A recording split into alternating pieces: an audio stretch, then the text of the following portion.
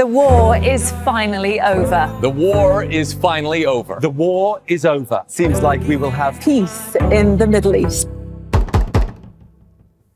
Begging me to come outside,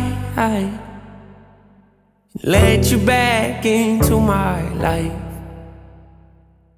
Now, usually I'd be strong enough to lock the doors and keep them shut, but not today, I'm desperate. You're an anti-Semite. Address that head on. You don't get to ask those questions. What's wrong with you, Mom? Why are you so scared? So go ahead and come on in. OCD is worse than ever, hands are bleeding. Maybe I should take the pills down. Know what's going on with me. Some days I actually think I might be schizo. Frantic, probably not, but even writing this is making me begin to spiral. Oh God. Made a promise to myself I wouldn't let the fear back in, but then I did though. Told the world that I was sick of running, then went back to running. What a joke. Disappointed at me too. I thought I finally made a breakthrough. Guess not.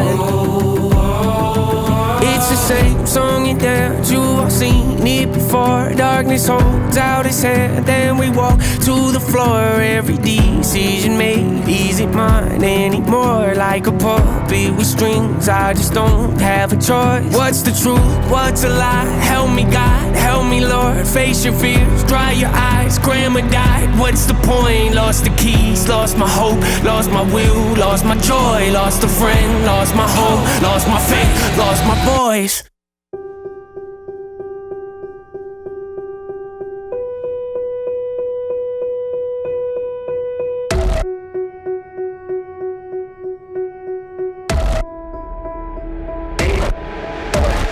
Standing back, watching my mansion burn to ash while I hold the gas can, asking God if He started this fire. Is this what you wanted? Is this what you wanted? Make all my hopes and my dreams come to life just to lay them to rest.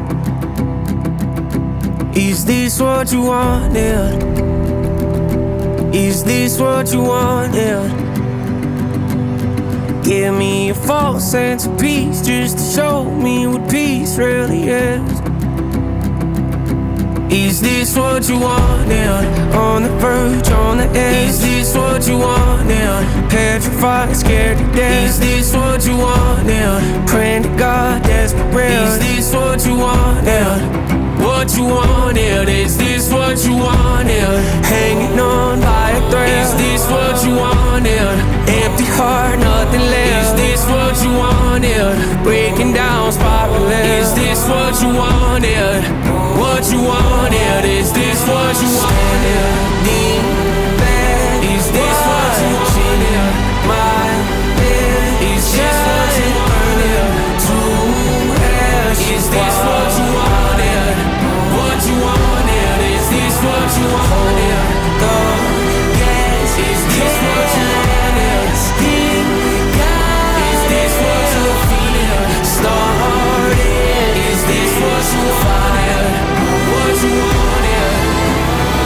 This is now a nuclear war. Now a nuclear war. A nuclear war. a nuclear war.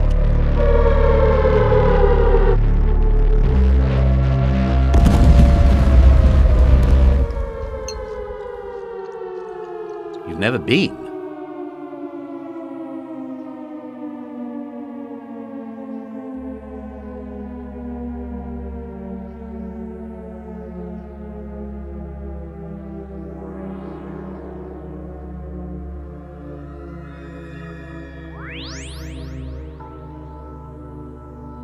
My great fellow Americans, I am filled with grief and anger at the heinous assassination of Charlie Kirk on a college campus in Utah. Charlie inspired millions, and tonight, all who knew him and loved him are united in shock and horror. Charlie was a patriot who devoted his life to the cause of open debate and the country that he loved so much, the United States. On Wednesday, of September America. 10th, Charlie Kirk He was fought for murdered in liberty, broad daylight. democracy, He was a justice, prominent and the right-wing American political people. figure in the U.S. He's a and martyr had just for started a new truth and campus freedom. tour. His first stop was at Utah Valley University in Oregon. He left behind a wife and 2 children.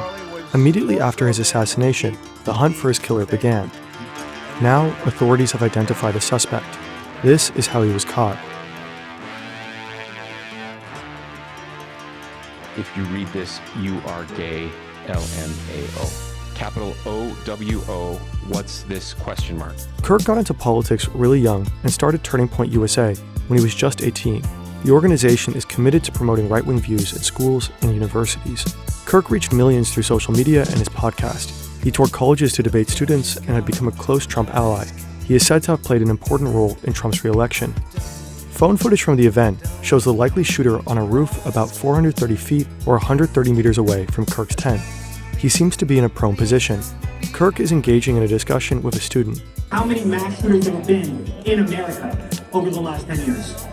Before the student can respond, the shooter fires a single shot. Kirk is hit in the neck and rushed to Timpanogos Regional Hospital immediately after. In footage from the event, a person dressed in black can be seen sprinting off the same roof after a shot was fired. According to authorities, he ran back here and jumped down here. Shortly after, the authorities released photos of the suspect and a video, where he can be seen climbing off the roof and running off into the surrounding neighborhood. The FBI offers a $100,000 reward for leads. At this point, a manhunt of tremendous scale is unfolding. Heavily armed officers are at the scene. Authorities confirm that they found a high-powered bolt-action rifle in a wooded area. Increasingly, the FBI is under pressure. 2 suspects are brought into custody, but released shortly after. 24 hours pass, and no one has been caught. Meanwhile, the suspect, Tyler Robinson, seems to have told a family member that he shot Kirk. The family member is believed to be Robinson's father, a veteran law enforcement officer. Robinson grew up in Washington, Utah, about 3 hours away from the university. The father reportedly told a family friend, who in turn informed the authorities. Robinson turned himself in late Thursday evening in St. George, about 250 miles or 400 kilometers from Utah Valley University. Robinson's roommate reportedly showed Discord messages to investigators. Trump makes the capture public on Fox and Friends. Looking real good. They have the person that they wanted. Next, Utah's governor steps in front of cameras Friday morning. Good morning, ladies and gentlemen. We got him. Investigators interviewed a family member of Robinson who stated that Robinson had become more political in recent years. The family member referenced a recent incident in which Robinson came to dinner prior to September 10th, and in the conversation with another family member, Robinson mentioned Charlie Kirk was coming to UVU. They talked about why they didn't like him and the viewpoints that he had. The family member also stated Kirk was full of hate and spreading hate. Robinson is said to have engraved phrases such as "Hey Fascist, Catch" and "Bella Ciao" on cartridges found with his rifle. Bella Ciao is most likely a reference to the Italian World War II anti-fascist anthem. On the "Hey Fascist, Catch" symbols are engraved as such, likely a reference to a controller sequence that releases a bomb in the game Helldivers. In addition, inscriptions on a fired casing read, "Notices bulges, capital OWO, what's this question mark?" Notices bulge, OWO, what's this, is a trolling meme. On a 4th bullet, according to Cox, it said, "If you read this, you are gay, LMAO." Amid such a heated political atmosphere, this press conference is bound to reverberate across the U.S. In a statement prior to the capture of Robinson, President Trump had blamed the rhetoric of the radical left for violence such as this shooting. For years, those on the radical left have compared wonderful Americans like Charlie to Nazis and the world's worst mass murderers and criminals. This kind of rhetoric is directly responsible for the terrorism that we're seeing in our country today, and it must stop right now. Cox, on the other hand, said this: "We can return violence with violence. We can return hate with hate. And that's the problem with political violence, is it metastasizes, because we can always point the finger at the other side. And At some point, we have to find an off-ramp, or it's going to get much, much worse. The allegations against Robinson have not yet been proven before a court. So my name is Hunter. I was in the middle of debating Charlie Kirk in the middle of the assassination at Utah Valley University. Do you know how many mass shooters there have been in America over the last 10 years? Counting or not counting gang violence? Great. What brought you to the event that day? I make videos on Charlie Kirk, and I made this video about the statistical analysis on trans shooters. And sort of the point that I was trying to make was that it's sort of a statistical outlier, that they're extremely underrepresented when it comes to how peaceful they are. Obviously, that question, pretty ironic given when it was given. Yeah, so I mostly came in there because Charlie's very open about having some sort of dialogue or some sort of conversation that he believes in engaging. And I'm pretty on the record of how much I disagree with him, but I do definitely respect how much he's willing to platform voices to ensure that, at least some semblance of a good conversation can come out of it. Mm-hmm. And as far as these statistical anomaly thing when it comes to trans shooters, is that in response to the way that him and Turning Point were framing that as a big issue? So it was about 3 weeks ago. There was a trans shooter at a Catholic church. Charlie made a bunch of tweets basically saying, when are we going to start noticing that this is a trend? And I'm like, okay, well, I'm getting my math degree at UVU. That was my university. And I was like, there's an answer to that. There's, we can determine if there's some sort of outliers, we can use p-values, things like that. And I was like, according to the data, it really doesn't pan out that there is a trend here at all. So I kind of made a video calling him out a little bit and saying, hey, I want to come debate you, I want to come do it. And a lot of people were kind of encouraging me. So I kind of wanted to come and have my, I guess my little audience see that. Mm-hmm. How was the energy whenever you arrived to the event?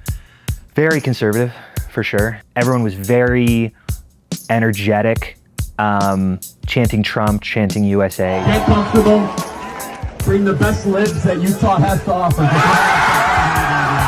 After a 33-hour-long manhunt and several false arrests, it appears we now have the alleged killer of conservative influencer and Turning Point USA founder Charlie Kirk. The suspect in custody is 22-year-old Tyler Robinson. Robinson was apprehended after his father saw security camera images of the shooter and asked his son if he did it, to which Robinson confessed. The father convinced Robinson to speak to a Mormon youth pastor, who then contacted the U.S. Marshals. So yes, it does appear that Charlie Kirk's killer is an otherwise unremarkable young white male from a fairly typical Republican Mormon family. Utah's Governor Spencer Cox confirmed that Robinson had a very different ideology than the rest of his family. Yeah, that's a fair assumption to make. After all, if a MAGA Republican was going to assassinate someone, it probably wouldn't be Charlie Kirk of all people. On top of that, Robinson reportedly had a furry fixation and was living with his trans boyfriend, who is now cooperating with the authorities. I mean, technically you could be a gay furry and support Donald Trump, though that becomes a lot less likely when you shoot one of Trump's friends and allies, leaving a bullet casing inscribed with the furry phrase, "Notices bulge, oh woo, what's this?" I don't feel like laughing this week, and I don't think you do either. He was a father, and that's the part that kills us the most. Because father seems like an increasingly rare title these days. Where are our fathers, our leaders?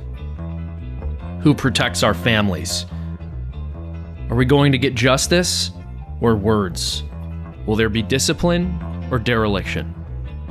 His children were left to fend for themselves. Now we find out if our nation is. Will networks of radicals be allowed to keep killing us while they pass laws making it harder for us to defend ourselves? Will we be thrown in prison for protecting ourselves when a robber breaks in? A never-ending duty to retreat in our own home? Because it seems as if every father has been forced to retreat from everything. God the Father removed from our schools. Earthly fathers removed from their homes. Divorces, wars, murder in the streets. Will God stop being a father to this nation because we've rejected fatherhood itself? Will we continue the retreat? Or will we turn around?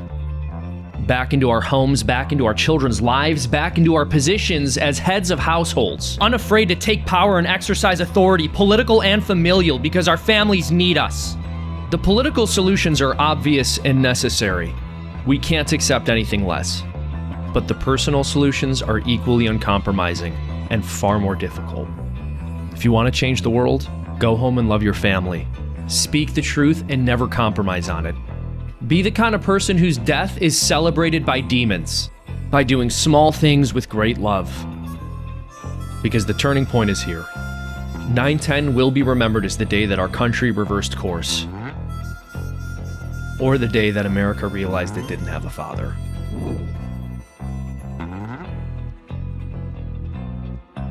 Good morning, ladies and gentlemen.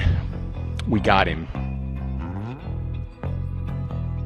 My great fellow Americans, I am filled with grief and anger at the heinous assassination of Charlie Kirk on a college campus in Utah. Charlie inspired millions, and tonight, all who knew him and loved him are united in shock and horror. Charlie was a patriot who devoted his life to the cause of open debate and the country that he loved so much, the United States of America. He fought for liberty, democracy, justice, and the American people. He's a martyr for truth and freedom, and there's never been anyone who was so respected by youth. Charlie was also a man of deep, deep faith, and we take comfort in the knowledge that he is now at peace with God in heaven. Our prayers are with his wife, Erica, the two young, beloved children, and his entire family who he loved more than anything in the world. We ask God to watch over them in this terrible hour of heartache and pain. This is a dark moment for America.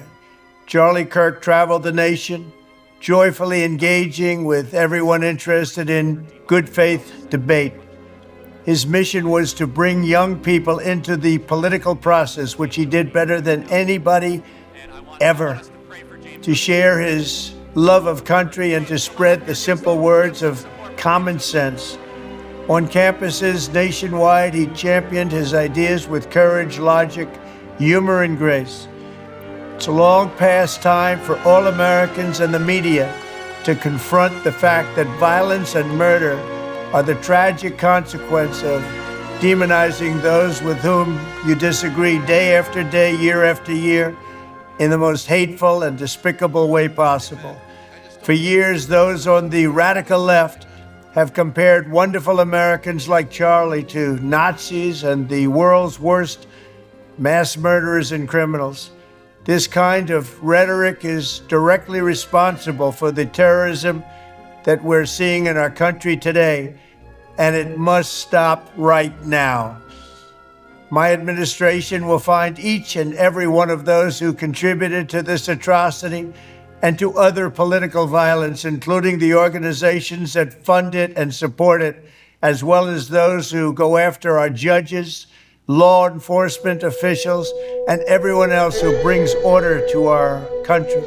From the attack on my life in Butler, Pennsylvania last year, which killed a husband and father, to the attacks on ICE agents, to the vicious murder of a healthcare executive in the streets of New York, to the shooting of House Majority Leader Steve Scalise and 3 others. Radical left political violence has hurt too many innocent people and taken too many lives. Tonight, I ask all Americans to commit themselves to the American values for which Charlie Kirk lived and died, the values of free speech, citizenship, the rule of law, and the patriotic devotion and love of God. Charlie was the best of America, and the monster who attacked him was attacking our whole country. An assassin tried to silence him with a bullet, but he failed, because together we will ensure that his voice, his message, and his legacy will live on for countless generations to come. Today, because of this heinous act, Charlie's voice has become bigger and grander than ever before, and it's not even close. May God bless his memory. May God watch over his family. And may God bless the United States of America. Thank you. Conservative activist Charlie Kirk was shot and killed while speaking on the campus of Utah Valley University in Orem, Utah. Please give a warm welcome to Mrs. Erica Kirk.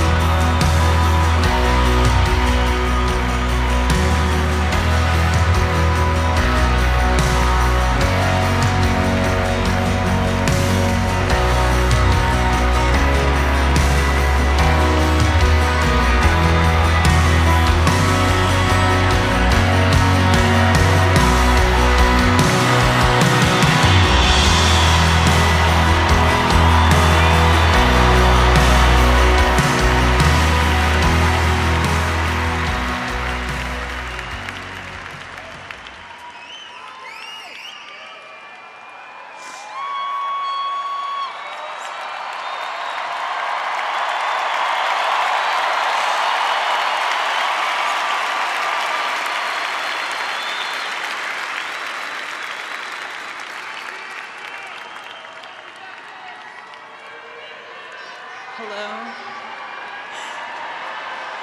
God bless all of you for coming here from all over the world to honor and celebrate my Charlie.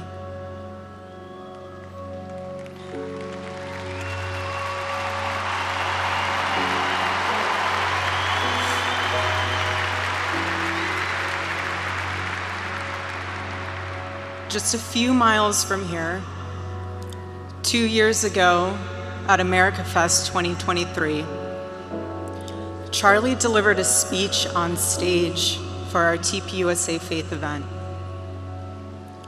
Charlie loves speaking off the cuff.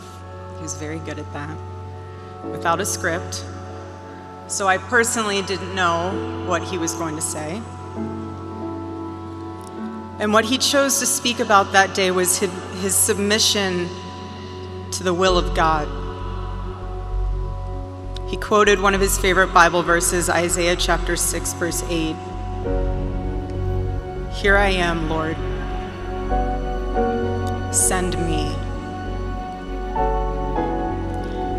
After Charlie finished, I met him backstage and I spoke to him, and I'll never forget this.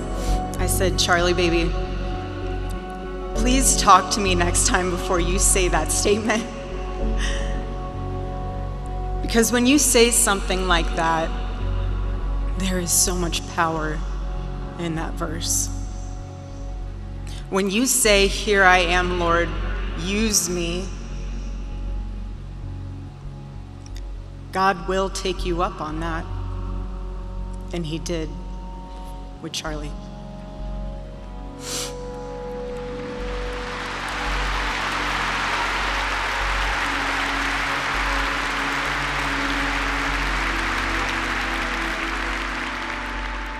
"11 days ago, God accepted that total surrender from my husband and then called him to his side.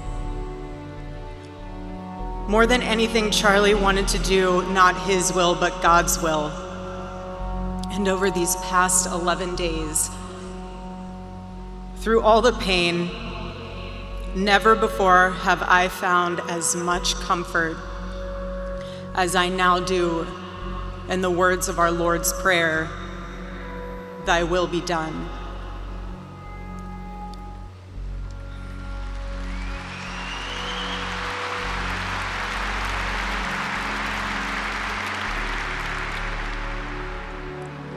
God's love was revealed to me on the very day my husband was murdered. On the afternoon of September 10th, I arrived at a Utah hospital to do the unthinkable, to look directly at my husband's murdered body. I saw the wound that ended his life. I felt everything you would expect to feel. I felt shock. I felt horror. And a level of heartache that I didn't even know existed. But there was something else too. Even in death, I could see the man that I love. I saw the one single gray hair on the side of his head, which I never told him about. Now he knows. Sorry, baby, I'm telling you now, but never told him. Didn't want to. I also saw this. I also saw on his lips the faintest smile. And that told me something important. It revealed to me a great mercy from God in this tragedy. When I saw that, it told me Charlie didn't suffer. Even the doctor told me. It was something so instant that even if Charlie had been shot in the operating room itself, nothing could have been done. There was no pain, there was no fear, no agony. One moment Charlie was doing what he loved, arguing and debating on campus, fighting for the gospel and truth in front of a big crowd. And then he blinked. He blinked and saw his Savior in paradise.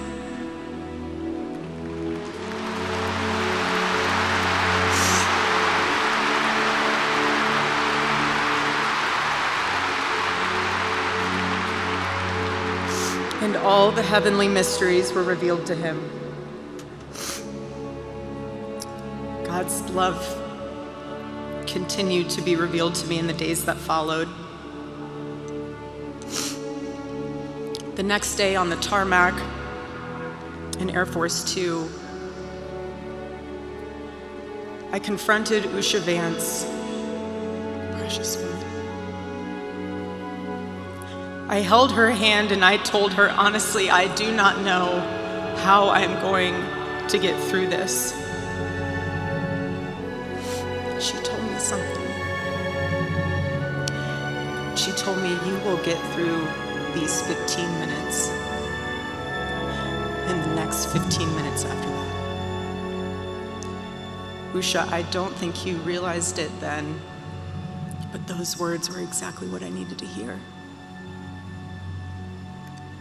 But most of all, God's mercy and God's love have been revealed to me these past 10 days. After Charlie's assassination, we didn't see violence. We didn't see rioting.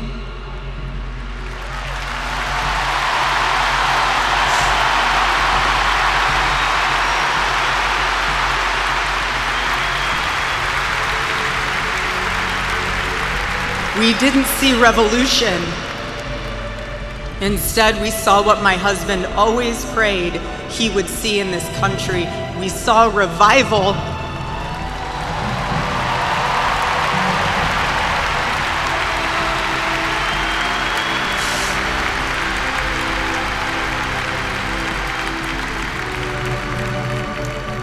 This past week, we saw people open a Bible for the first time in a decade. We saw people pray for the first time since they were children. We saw people go to a church service for the first time in their entire lives.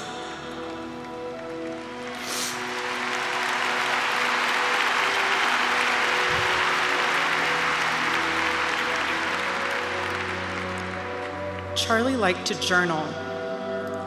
And I say this because he did it to remember important moments and sayings that affected him. And one of the things he wrote in his journal was this: every time you make a decision, it puts a mark on your soul. To those of you out there who just made that decision and took the first step toward a spiritual life, I say thank you and welcome.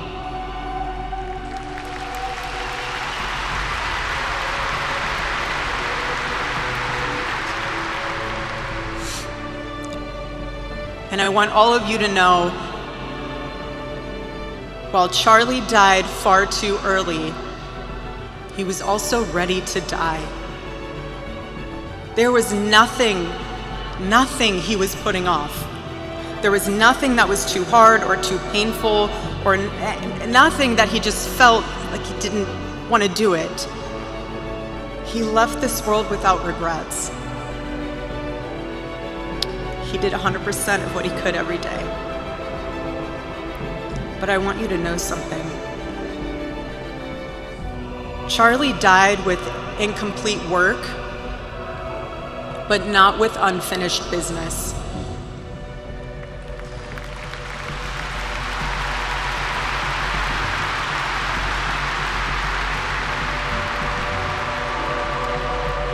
I will miss him.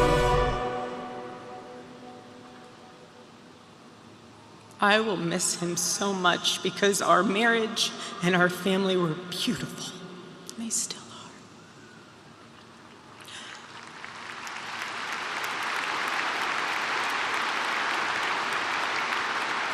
The greatest cause in Charlie's life was trying to revive the American family.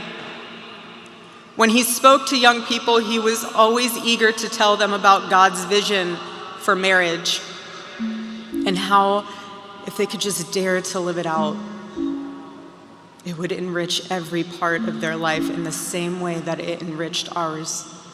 And someone once asked me how Charlie and I, how we kept our marriage so strong when he was busy traveling. And our little secret, it was love notes. Every Saturday, Charlie wrote one for me, and he never missed a Saturday. And in every single one of them, he'd tell me what his highlight was for the week, how grateful he was for me and our babies. And always at the end, he would always end it with asking the most beautiful question. He'd always end it by asking, please let me know how I can better serve you as a husband. Charlie perfectly understood God's role for a Christian husband. A man who leads so that they can serve.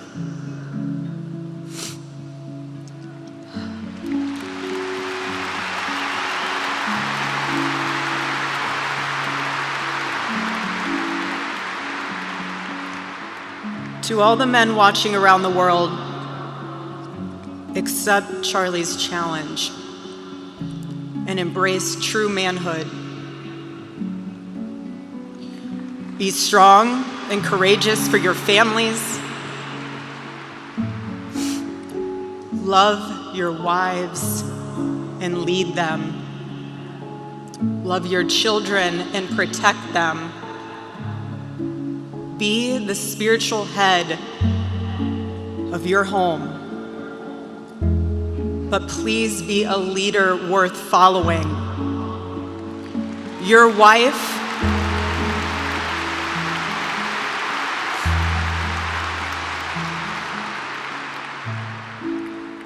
is not your servant. Your wife is not your employee. Your wife is not your slave. She is your helper. You are not rivals.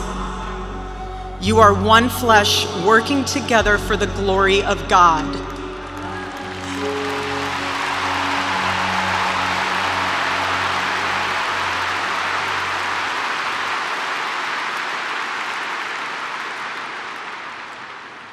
I was Charlie's confidant. I was his vault. His closest and most trusted advisor, his best friend. I poured into him and loved him so deeply, empowered him, because his love for me drove me to be a better wife. Every day he honored me, and I prayed that I could be the wife that God needed me to be for my husband. Women, I have a challenge for you too. Be virtuous. Our strength is found in God's design for our role. We are the guardians. We are the encouragers. We are the preservers. Guard your heart. Everything you do flows from it. And if you're a mother, please recognize that is the single most important ministry you have.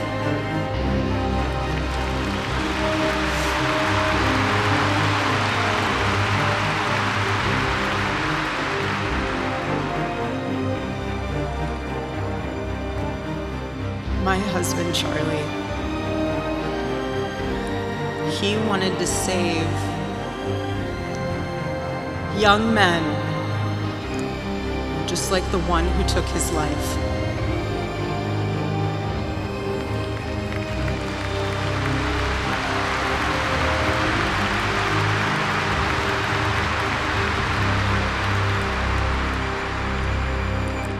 That man,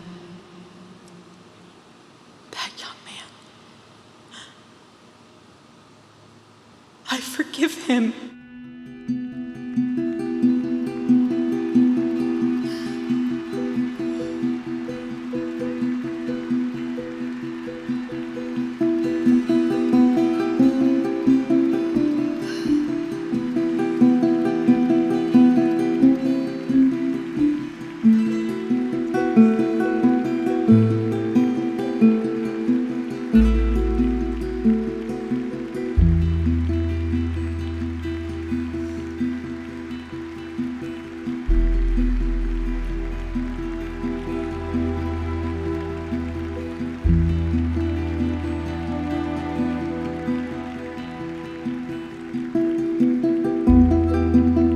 Forgive him because it was what Christ did and is what Charlie would do. The answer to hate is not hate. The answer we know from the gospel is love, and always love. Love for our enemies and love for those who persecute us. The world needs Turning Point USA. It needs a group that will point young people away from the path of misery and sin.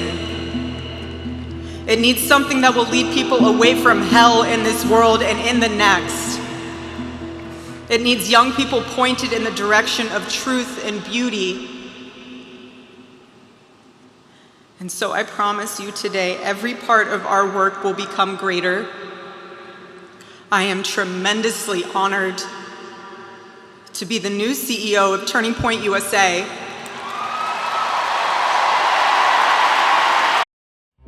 But that didn't stop left-wing accounts from trying to gaslight people into believing this was a case of MAGA on MAGA violence, claiming the shooter was a radicalized MAGA zombie influenced by right-wing hate, that MAGA households breed domestic terrorists, or that he was deeply influenced by the Groyper movement of Nick Fuentes, citing one of Robinson's old Halloween costumes as evidence. Now hold on. Let's get a few things straight. That's not a Groyper, that's a Pepe dressed as a Gopnik. This is a Groyper, this is an Apu, and this is what my life has become. In any case, the Trump administration has begun to probe groups that may have had ties to the plot. You know, they're already under major investigation. A lot of the people that you would traditionally say are on the left. The problem we have is on the left. And when you look at the agitators, you look at the scum that speaks so badly of our country, the American flag burnings all over the place, that's the left, that's not the right. Now, Trump isn't entirely wrong. We have seen a rash of leftist violence in recent years, such as the congressional baseball game shooting, which injured then House Republican Majority Whip Steve Scalise, the firebombing of an ICE detention center in Tacoma, Washington, the fiery but peaceful George Floyd riots, the ambush set by armed anti-fascists at an ICE facility in Texas, the 2 attempts on Trump's own life, and just 2 days after the murder of Charlie Kirk, 2 men were apprehended after placing a bomb underneath a Fox News vehicle in Salt Lake City. So yeah, it's clearly a problem. But the Charlie Kirk case smacks of something a little different. Something that goes beyond mere politics. Something very strange. You may have noticed that there's a certain language to a lot of these deranged shooters. The way they dress, their manifestos, their choice of targets, and their weapons. We have Charlie Kirk's killer, whose weapon and ammunition was scrawled with furry slang and Helldivers 2 references. Just a couple of weeks prior, the trans Minneapolis Catholic school shooter covered their weapons in all sorts of edgy quotes and stupid memes. In 2022, a man in Buffalo, New York, shot up a supermarket, killing 10 black people. Those guns were covered in various racial slurs and slogans associated with online extremists. Among the references were callouts to the shooter in Christchurch, New Zealand, who killed 51 people using guns marked with phrases like, "Here's your migration compact," and "Vienna 1683," while live streaming his massacre and at one point saying, "Remember lads, subscribe to PewDiePie." And that massacre was inspired by Anders Breivik, the Norwegian mass shooter who killed 77 people. What I'm trying to say is, this isn't organic. The shout-outs to online fetish communities, the memes, the historical references, none of this stuff would occur to people if they weren't extremely online. As you probably noticed, these cases involve both the extreme left and the extreme right. But what they share in common is an obsession with past shooters. These are more like true crime cults who worship serial killers. The politics are just fuel for what were already incredibly sick people. That's not to say politics don't play a part. In the case of Charlie Kirk, outlets like The Nation reiterated claims that he was a white supremacist and a provocateur who deserves no mourning. Jacobin, meanwhile, says Charlie Kirk brought it upon himself. And this all trickles down to the world of political streamers who go even further with the vitriol. Take the left's favorite communist nepo baby, Hassan Piker. Kill them! Kill those motherfuckers! And murder those motherfuckers in the street! Let the streets soak in their red capitalist bloods, dude. From there, the conversation moves over to Reddit, Telegram, Discord, and private group chats. There, it festers, with users egging each other on with a joking, not joking culture of memes and in-group signaling. Eventually, one of those users is bound to snap and turn those delusional memes into a bloody reality. On Discord, Charlie Kirk's killer joked with his friends about the murder he had just committed. One user tagged Robinson in a photo of the incident, commenting, "Where ya at?" with a skull emoji. While another user joked about turning in Robinson for the reward, to which he responded, "Only if I get a cut." Clearly, there's something sinister brewing online, whether it's left-wing trans furries or satanic neo-Nazis like Order of the Nine Angles. And with the private nature of these chat groups, authorities have a daunting task of trying to root them out. The only advice I can give is stay away from these people. These people aren't real. China Uncensored, I'm Chris Chappell. The CCP believes in never letting a crisis go to waste. And with America in turmoil following the assassination of Charlie Kirk, they're trying to do the meme. So you don't need me to tell you that the assassination of American conservative commentator Charlie Kirk has forever changed the US. The left and right are heavily divided. Ugly rhetoric is flying across social media, and Okay, so maybe not that much has changed. But this has shown just how ugly social media discourse can be. Take all the people who celebrated Charlie Kirk's assassination, for example. If I needed even more reasons to lose faith in humanity. Have we not learned from communist history what happens when you start dehumanizing people and justifying political killings? We can all celebrate because something really awful happened to a really, really awful guy. And again, if you're one of those dipshit people that are like, no matter what happens, you should never wish death on some... I'm gonna cheer and dance and sing. Thank you very much. Live by the sword, die by the sword. He did say that gun deaths were an acceptable side effect of gun rights.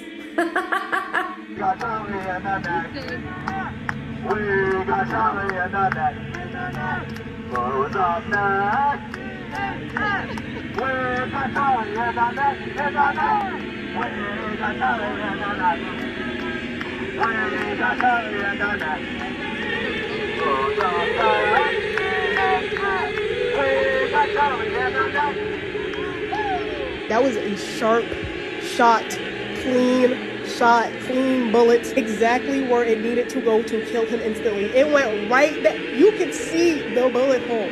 Right there, that bled out immediately. I just watched the close-up video of Charlie Kirk getting pewed in the neck. No fucking way he survives. So you know what time it is.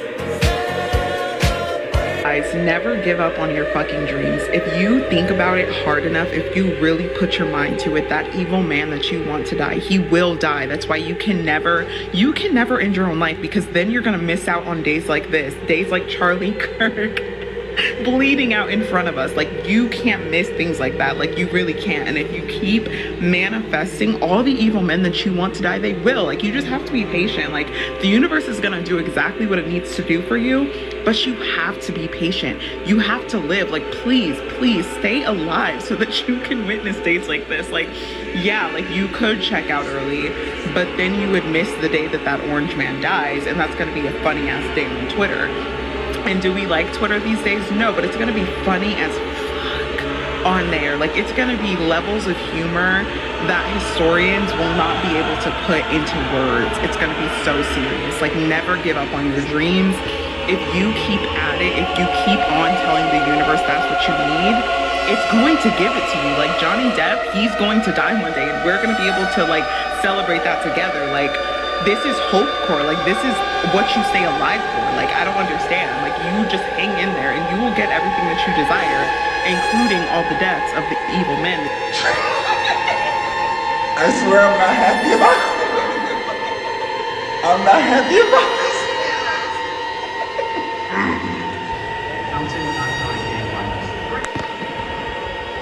Oh my God. Go, run. Holy. Oh no. Thoughts and prayers. I'm not sorry for not mourning Charlie Kirk's death. It is insane to see the amount of people that want to, like, clean his track record after his death. I'm sorry, but why are you mourning the death of a literal Nazi?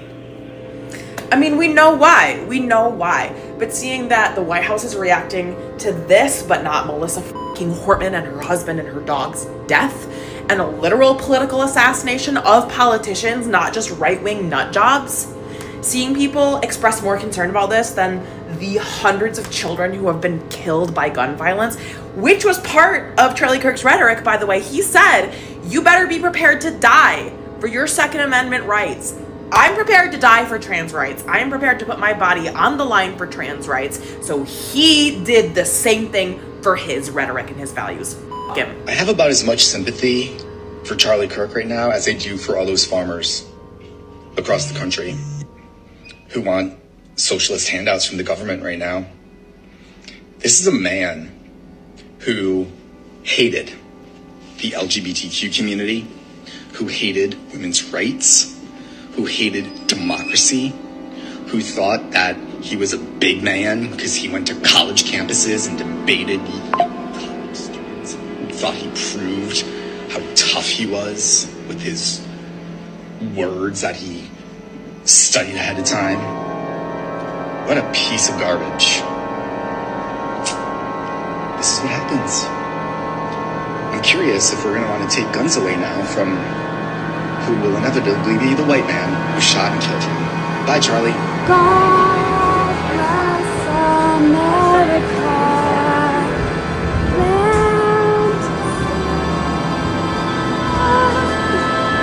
Thoughts and prayers, look. He got shot in the voice box. The guy who made a living spewing evil, hateful rhetoric died from getting shot right in the voice box. I might be 1% less atheist today. Like, that's just too, like, nah. For the people that are like, thoughts and prayers and condolences and empathy for Charlie Kirk and his family. In the words of Cardi B,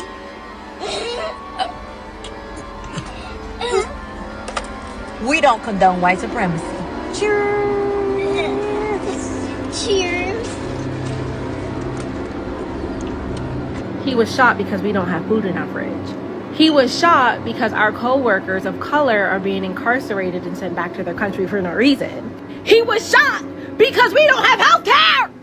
We are so mad up to the point that we're actually starting to take pew-pews and take them to politicians. And honestly, I do not agree with gun violence at all. I feel like there's other ways that we can have a discussion without having to bring out the pew-pew. But we have tried. We've done peaceful protesting. We've wrote into the government. But no, these red-sided people don't care. So what do you think we're gonna do? The red-colored people are like, he was such a good person. Why did he get shot? If you've seen the video on Twitter, please listen to the last 10 seconds of what he said before he went. And if you, honestly, y'all, he had it coming. I'm so sorry. About Charlie Kirk. You like terrorism? Eye for an eye, bitch. I think the only thing that went wrong that day was that Trump wasn't standing behind him getting a secondhand bullet. So 2 things that I want to say that probably will get me in trouble on this app and probably get me flamed, especially by the right. Number one, I think it's kind of poetic justice that the man who was spreading nothing but hatred and, dishonest rhetoric got pew-pewed in the throat so that in his final moments he couldn't, in fact, speak. I think that's just poetic justice. I know that's probably going to get me flamed. Another thing is I also find it kind of ironic that the last question that was asked to him before he was got was, do you know the amount of, it was about gun violence.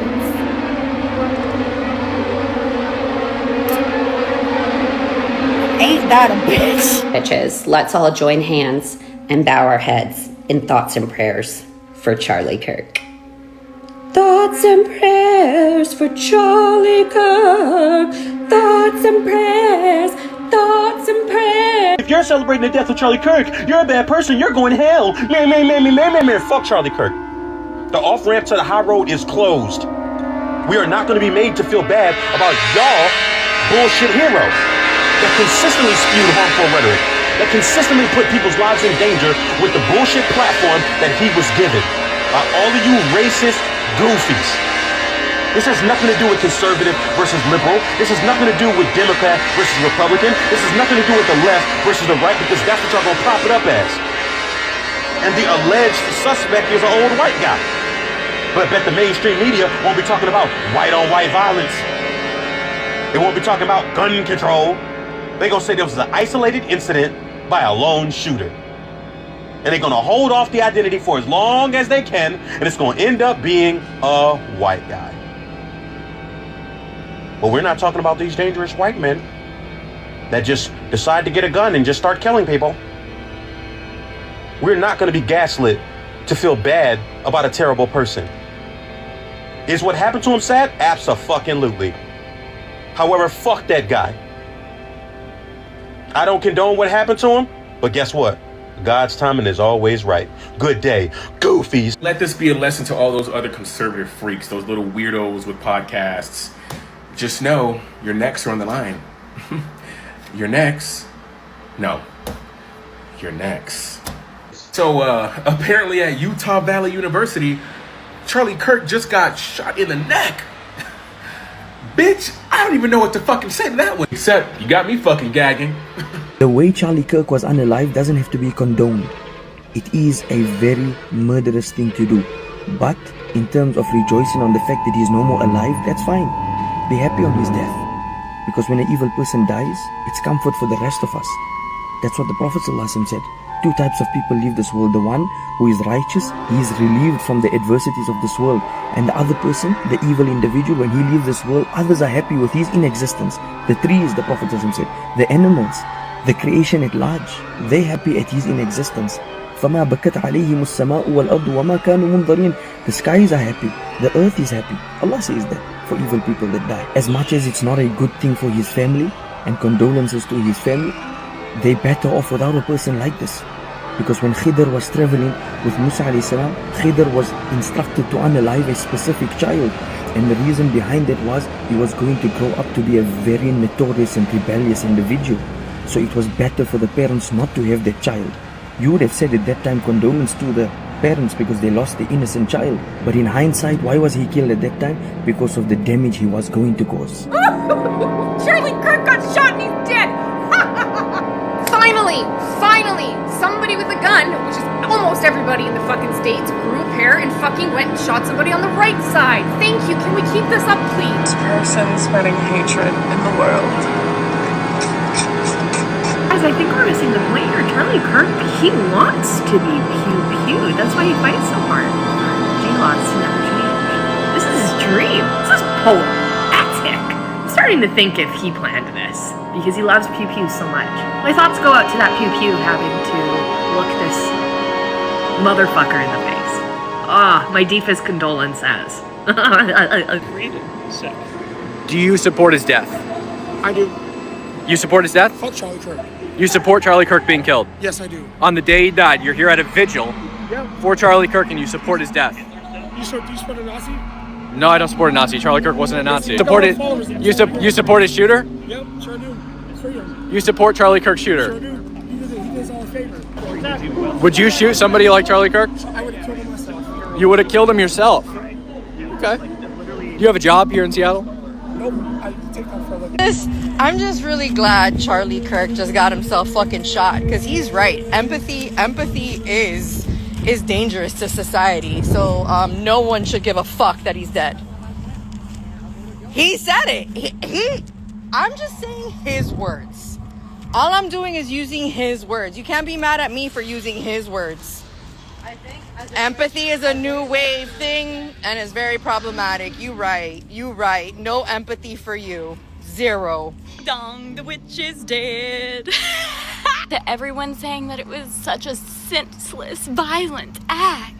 I want you to remind yourself that it was God's plan. So I guess this is just another example of God's plan in action. It was not a senseless act of violence. This was God's plan. Happy hump day, y'all. He's dead. It's so sad. Oh my God. I can't believe he's dead. Oh no, a racist died.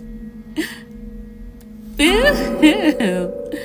But in all honesty, I feel bad for his two daughters. But a racist died. And celebrate someone dying because it's still a life loss. Is it though?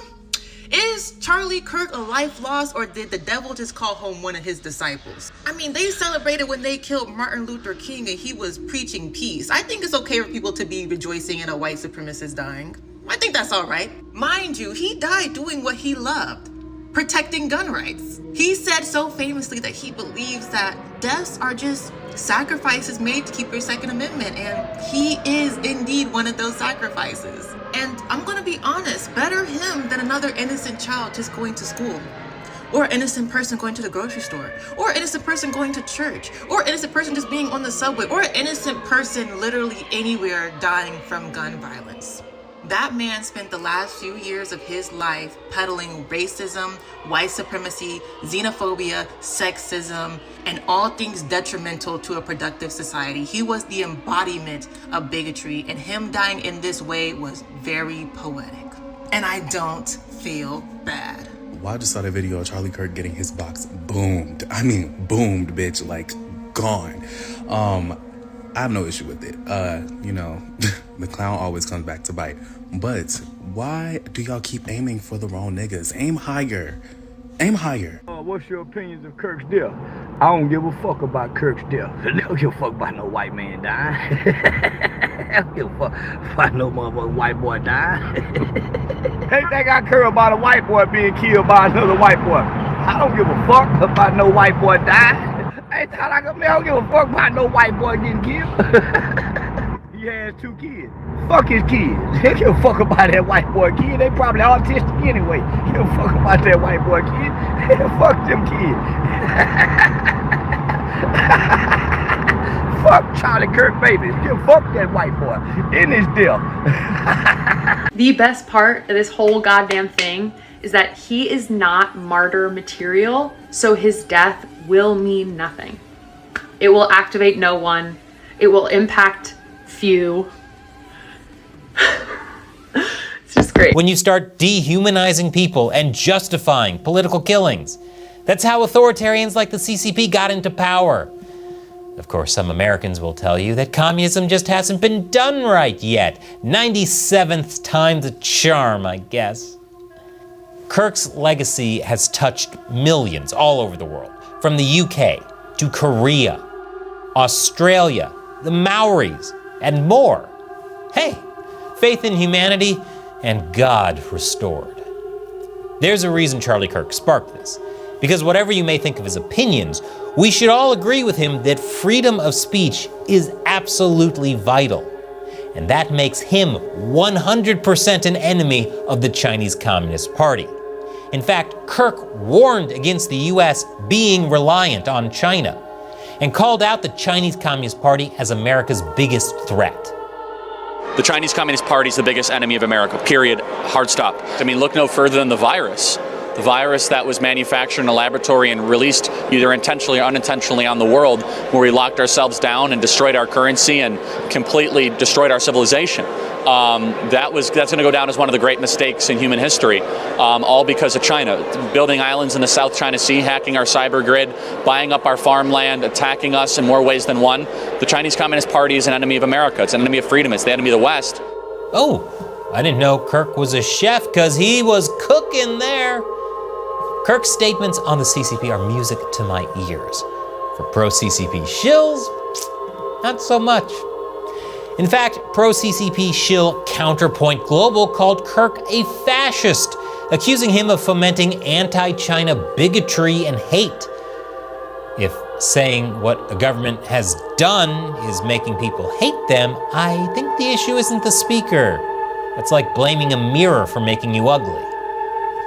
But despite Kirk's criticisms of the CCP itself hasn't censored information about Kirk's assassination. In fact, it has allowed it to explode in state-run news and Chinese social media.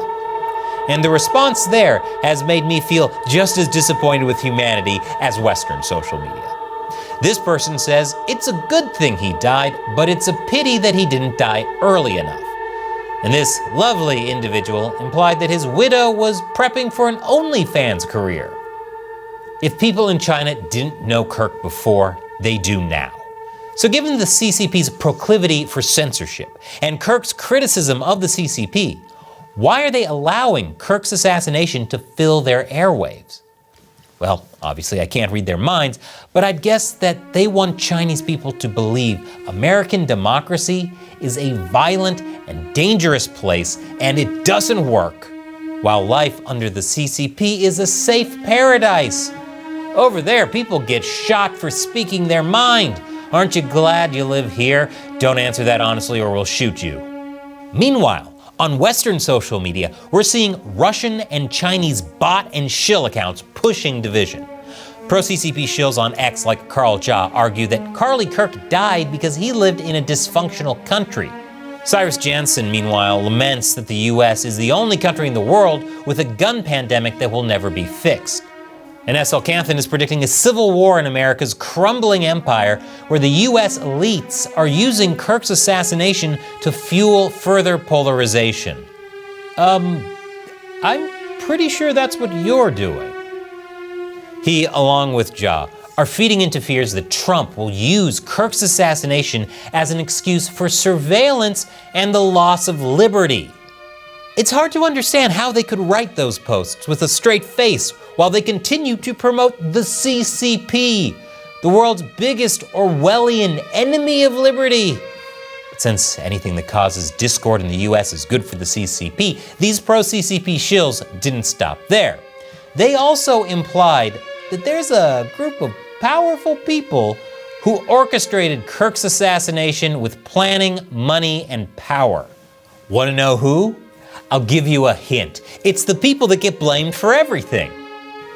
Yes, according to the pro-CCP shills, it's the Jews. You know, the folks that use their space lasers to kill Tupac or whatever.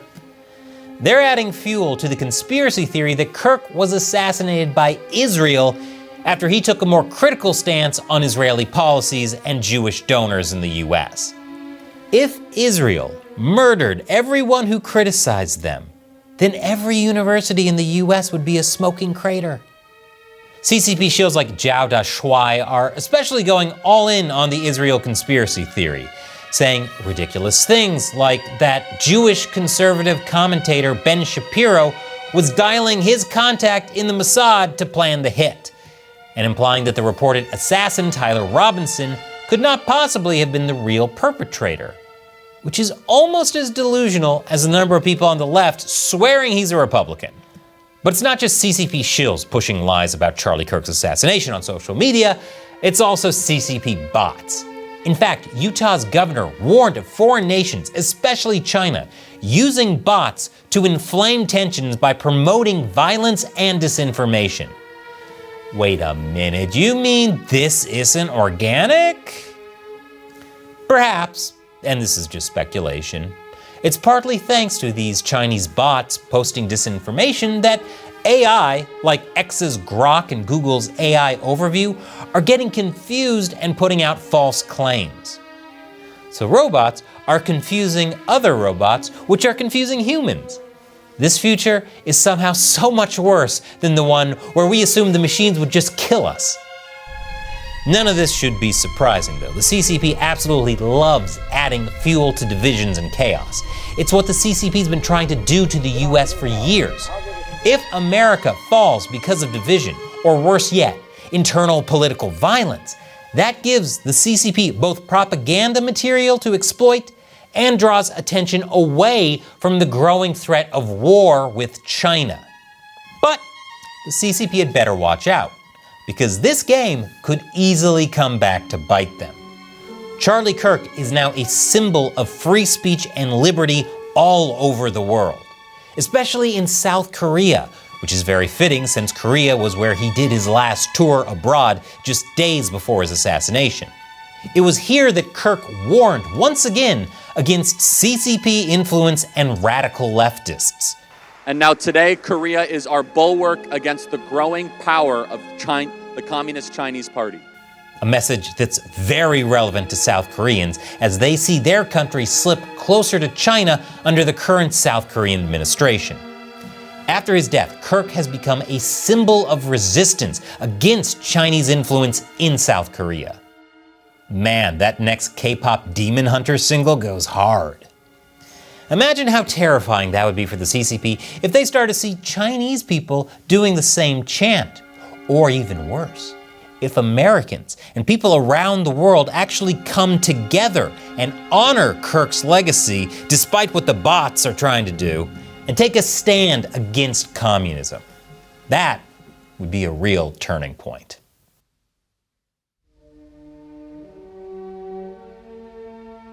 We recreated Epstein's prison in 3D to show you the top 5 lies hidden in the government's footage. You can get the raw file on Patreon to explore it yourself, and let's jump into it. Lie number 5, you're gonna get a video of the cell. And you're gonna get the video of the cell. and you're going to see for yourself. Kash Patel, the FBI director, told us that this footage was of Jeffrey Epstein's cell, but it's not. Let's fly over to where Epstein's cell actually is. I've marked it with a green door. Down the hall, we actually see a camera marked in red that wasn't recording the night of Epstein's death, which brings us to our next lie. There was only one camera. There's video of him. No, not the actual act, but the entire MCC Bay.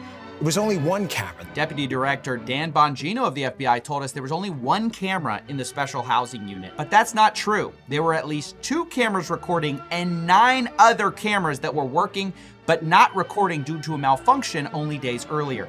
Now, the official report says that recordings should have been made for about half of the cameras, but in Epstein's block, only 2 out of 11 cameras were recording. Really bad luck, I guess. Now, I should say all the cameras were working before that, at a time when Epstein accused his cellmate of trying to kill him, and this was contradicted by his cellmate who said Epstein tried to commit. Epstein later got put on watch for this event, and we should have been able to get that footage, except the prison failed to save the correct file. Prosecutors claimed the footage contained on the preserved video was for the correct date and time, but captured a different tier than the one where Jeffrey Epstein was located. It was only one camera. So our deputy director lied when he said there was only one camera. There were actually 11. At least 2 were recording. Only 1 got released. And according to our own government's report, 5 or 6 should have been recording, but weren't. When the cameras were working properly, they didn't save the right files. Incredibly unlucky. But lie number 3, there's nothing unlucky about it because we were told directly that the footage we were going to get showed there was no one there but Epstein. You're going to see there's no one there but him. Right. There's just nobody there. So I say to people all the time, if you have a tip, let us know.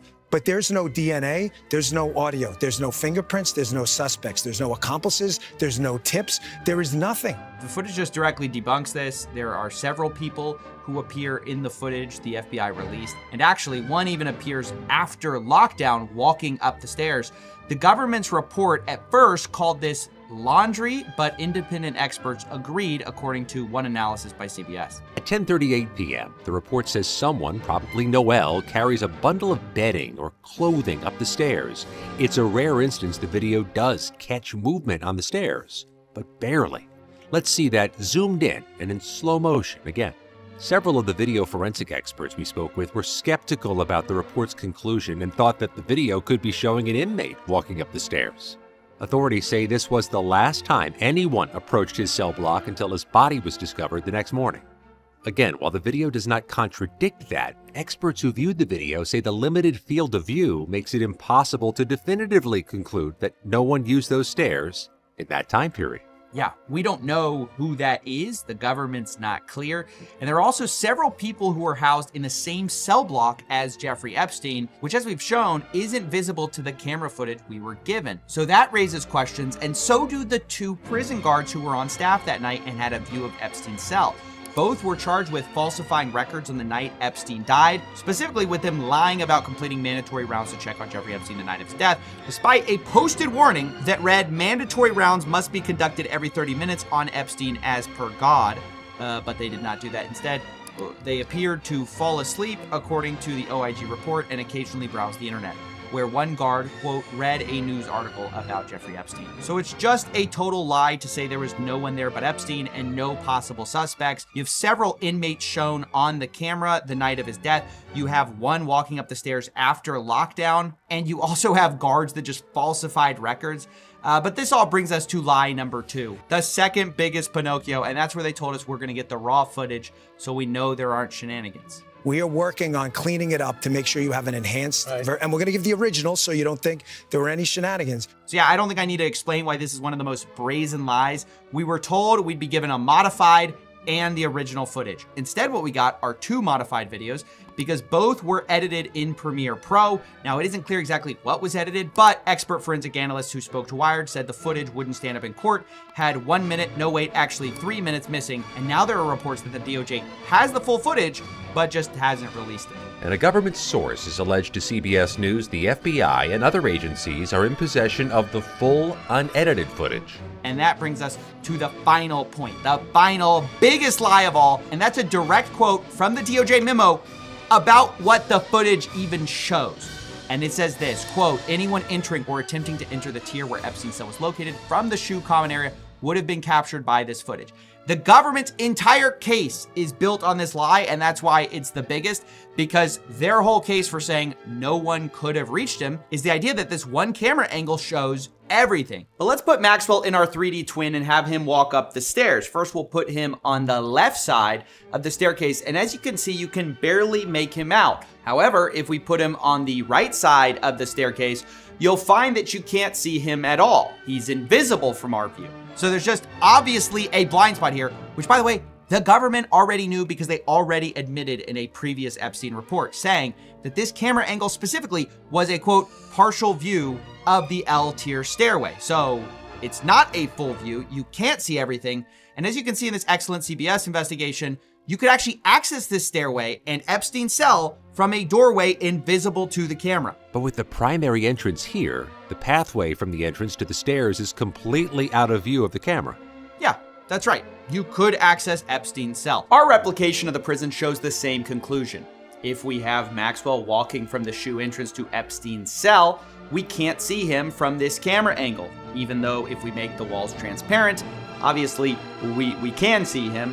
But in the raw footage, we'd have no way of knowing if somebody walked this direction. This painstaking recreation of the special housing unit can put to bed the top 5 lies from our government about Jeffrey Epstein. 1, we didn't get a video of Jeffrey Epstein's cell. We got a camera that can't see it. 2, there wasn't just one camera, there were 11. 3, the footage shows way more than just Epstein. 4, we didn't get raw footage, we got modified footage. And lastly, there are blind spots on this camera. I mean, it's just perfectly clear, and the government has previously admitted it. This, of course, doesn't mean, I have to say, that Epstein definitively himself, but the government is only adding fuel to the fire when they put out statements that are directly contradicted by their own video. The best you can say is this is either extreme levels of negligence or deliberate incompetence to cover things up. The most honest thing you can say at this point is that we don't have definitive evidence for the night Epstein died, one way or the other, that has been released. The evidence we do have has been modified, does not say what they say it says, and all of this makes it impossible to know 100% what has happened. That is not a conspiracy. That's what the government's own evidence actually shows. Now, as I said, we'll make the 3D version of Epstein's housing unit available on Patreon. It's a Blender file along with a detailed look of how he created it. I should say the government's not exactly forthcoming about the exact specs of their prison, so we had to use some approximations using the photos provided and taking measurements where we could. But as I said, our conclusions match up with the government's from years ago. So I think we're on safe ground there. That's basically it. Thanks for watching. Himself. You want me to get? I've seen it before.